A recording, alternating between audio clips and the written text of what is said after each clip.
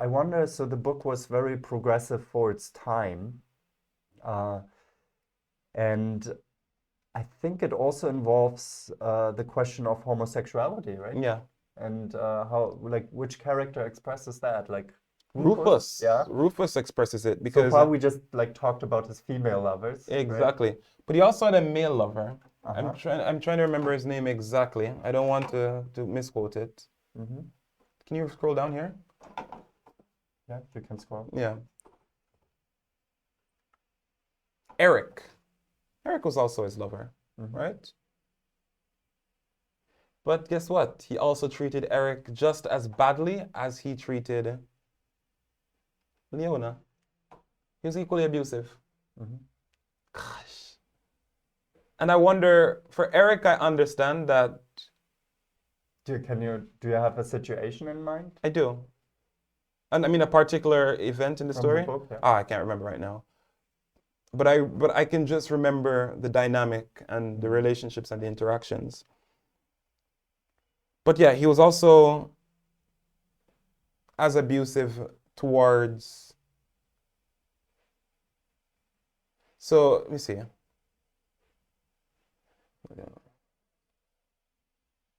Yeah, he also treated him very badly. So anyway, my brain, bring my brain back a bit. So what we see here is something that repeats itself. We see two different people. They're both white. Eric is white. Leona is white. Difference is that Eric is a man. Leona is a woman. But the treatment is the same. He treats, he's dismissive of them both. He doesn't trust them both. He's emotionally abusive to them both in how he speaks to them and how he interacts with them. I understand with Eric, Rufus must have been struggling with his sexuality, thinking to himself, how dare I love a man, or how dare a man loves me.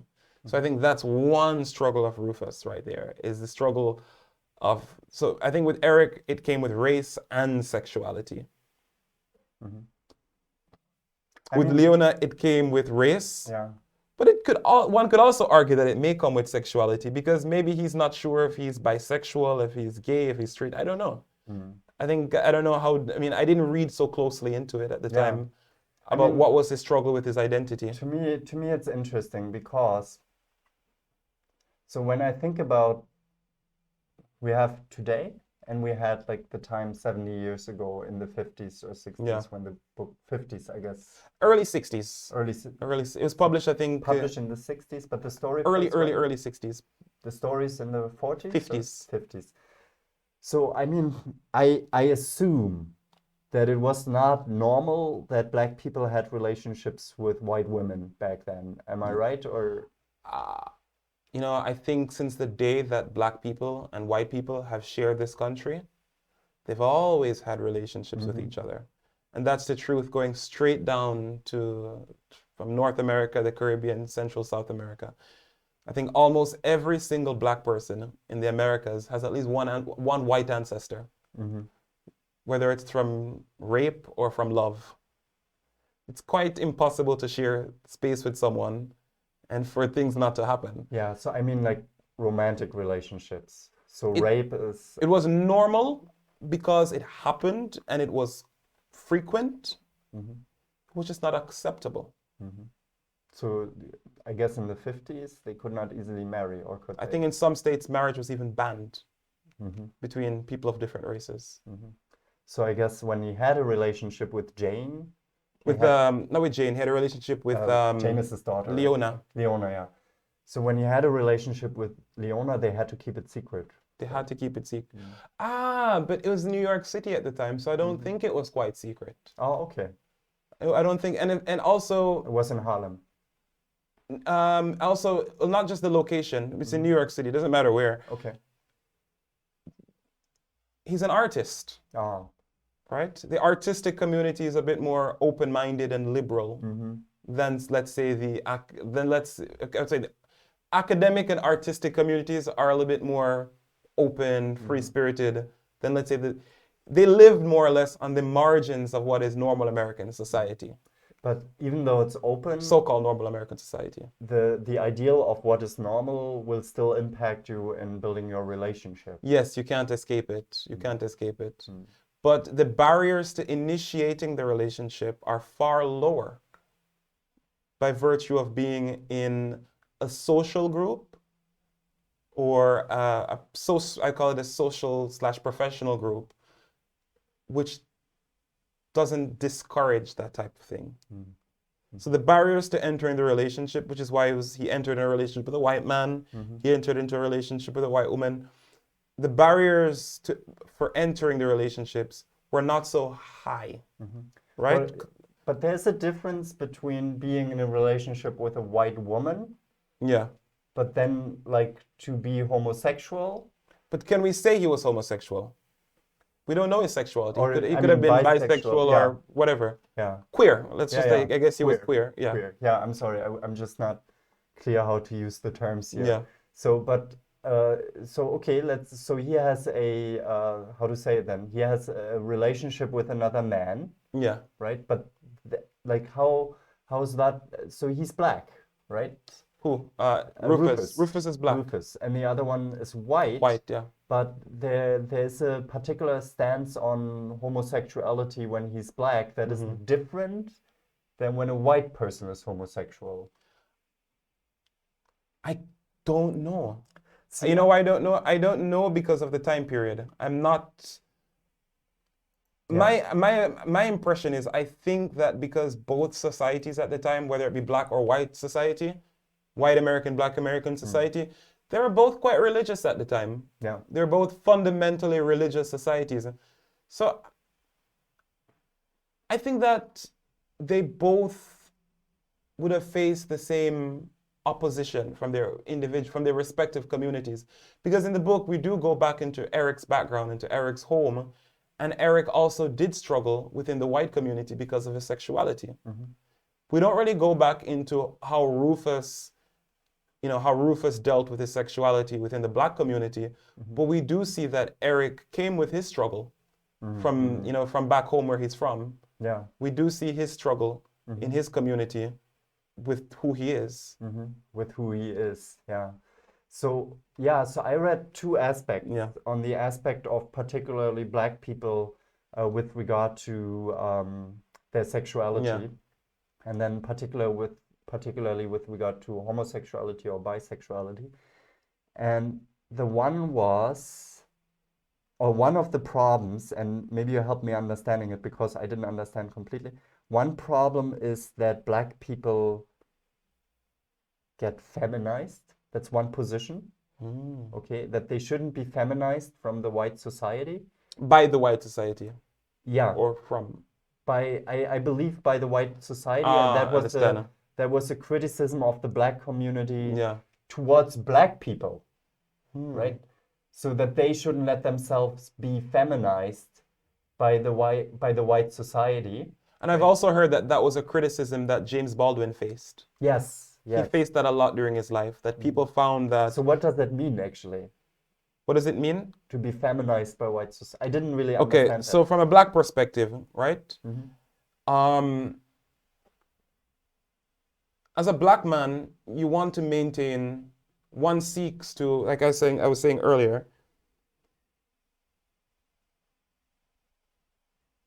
in so many other areas of life, the black man has lost his masculinity to society. He's seen as the one who cannot take care of his family. Oh. He's seen as the one who is poor. He's seen as the one who is not, he's not elevated for his masculinity, for his abilities, for his intellectual abilities, his abilities as a man, his cerebral abilities, right? And his social standings, his standing in society. So the only thing that you have left is your black body at that point. It's quite profound to use that black body to be the sexual object of a white man. Because you already kind of, what else do you have? At that point, in the idea of in the heteronormative mindset of the black man, Oh, yeah. But, you know, which is why you were saying with So homosexuality is then a way how you feminize yourself towards a white man. how could you do that? Yeah. You already, you know, masculinity is not just about having the genitals and the body of a man. Mm-hmm. There's so many other areas of life and your perception that makes you, in some ways, perceived as masculine. Now, at that point, how do you allow yourself? That's the question that they would have. How would you allow yourself to be the sexual object, especially in a feminine form, to a white man? You've lost your masculinity at that point. Mm-hmm. I think that's how it's seen. Mm-hmm. It's seen that at that point you've lost your masculinity. Mm-hmm. And that's, you know, that's the heteronormative expectation of what is masculinity and what masculinity does and what masculinity serves. Mm-hmm. And, you know, as a black man, it's like, you don't have, it's like, you don't, in most cases, especially during that time, you don't have the money, you don't have the power, you don't have the things that come with masculinity, mm-hmm.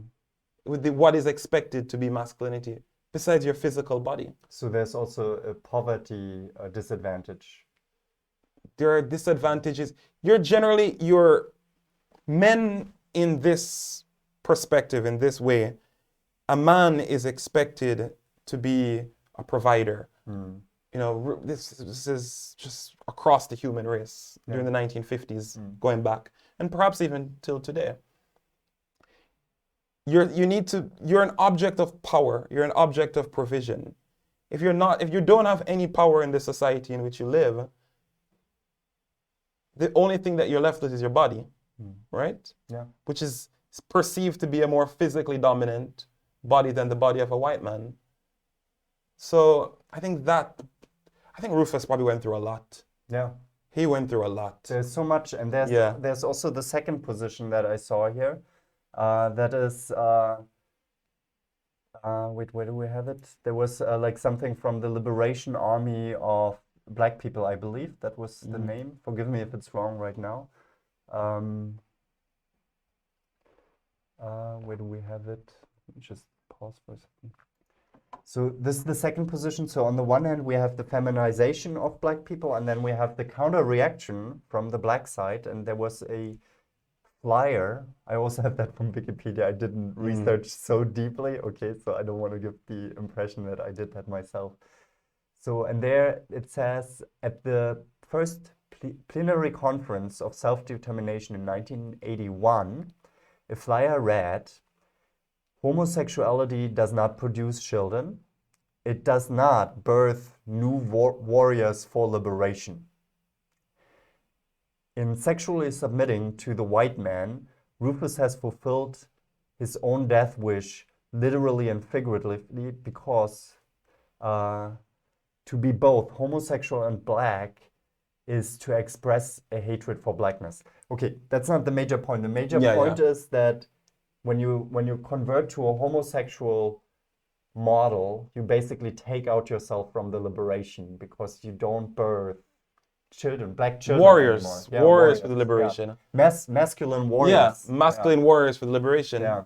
Yeah, that's the idea. The idea is that the race needs to continue, because we need, I mean, it's a very, I guess it's a very narrow way of looking into things, because at some point, when does the war end? When do we stop needing warriors? That's the question. When does the war end? When do we stop needing warriors? So it's a very limited way of looking at it. But yeah, that's the criticism that Rufus faced. And I suppose within himself, that's also something that he had to think about. Mm-hmm. And not just because of his sexuality with Eric, but also with Leona. You know, am I selling out, so to speak? Selling out by dating a white person. So I don't, you know, selling my black identity. Yeah, I would not go too much. I don't think that the major issue in this book is necessarily Rufus's sexuality. Okay. I think the major issue is his issues with race. Do you understand? That then also get expressed in sexuality which sometimes. sometimes, Mm. because the reason why I say that, you see the same difficulties in the relationship with Eric, also in the relationship with Leona. Mm-hmm. And then you see the same thing in the relationship with Ida, with her relationship with Vivaldo. Yeah. Do you understand? Mm-hmm. So overarchingly, what we see is there's a struggle of trust, and there's a struggle of feeling secure and safe and in love. Mm. Right? Yeah. Which is why James Baldwin, when they interviewed him about this book, he said it's more of a question of love. So it's like it has layers. So one layer you could argue is the issues of sexuality. Then above that is the issues of race. And then on the top, you know, one could really see that it's a problem with love. Yeah. Yeah. And the real interaction between human beings. Yeah. Not when you have stripped off all these other identities. Exactly. Right? That were like Yeah. pressured on you by society. Because you see in the book over and over again, it's the same, if you can look at it scientifically, it's the same person, Rufus, and he's in love with two different people at different time periods, but the struggle is the same, right? Yeah. It's not like because Leona is a woman, it went a bit better, right? Yeah. Because he's a woman, it went a bit better. That's why I said the issue is far more than the sexuality. Yeah. Because it goes deep. It goes deep because he goes with her, sounds superficial to say that. Yeah, because he goes now with Eric, and it's a mirror. Yeah. The relationship is almost the exact same. Yeah. I think there's way more to say. I like just as a last point, and we are already at 54 minutes, but as a last point, so Jane is his daughter, right? Whose daughter? Rufus. Or no, Rufus didn't have children. I'm sorry. Like, okay, but somebody comes, inform me again. Somebody comes after his death and is angry at Ida, his sister. Oh, that's his sister. Which is probably I think she's probably the main character of the book. I think she's the main character. I think so. I actually think that it's not just Rufus. I think she's a central character. Yeah, I mean, I heard that Rufus is just the first fifth of the book. The first fifth of the book. Yeah. The rest of it is all about, not rest of it, but a large portion of it is about Ida. And she falls in love with Vivaldo. Correct. Even though she has this hatred. But Correct. then does she also... Man, I realize there's so much more to discuss because now we've just focused on Rufus. And Rufus is just a part of it. I'm sorry. So we have to do one other session. I'm sorry. Yeah. And we have to talk about Ida. Correct. Because we left that. And see, that's also interesting because we have the male perspective as first. The male gaze. Yes, that's the male gaze. Yeah. And that's where our bias comes in. I mean, maybe I'm overthinking this, but because we're men, we automatically look at Rufus, the male perspective in the story. But there's a mirror on the other side. There's also, that's what makes James Baldwin so masterful. Yes. Is that he showed the same struggle, but how from a black man's perspective and from a black woman's perspective. Yeah. So there is a whole strong black female character that we've not looked at. That we've not looked at, but we will look at it still. And thank you very much for watching. I will read the book, definitely, especially after this conversation and seeing how many topics are involved in that. I hope you enjoyed that too. If you have any questions regarding the book, then let us know in the comment section and see you next time.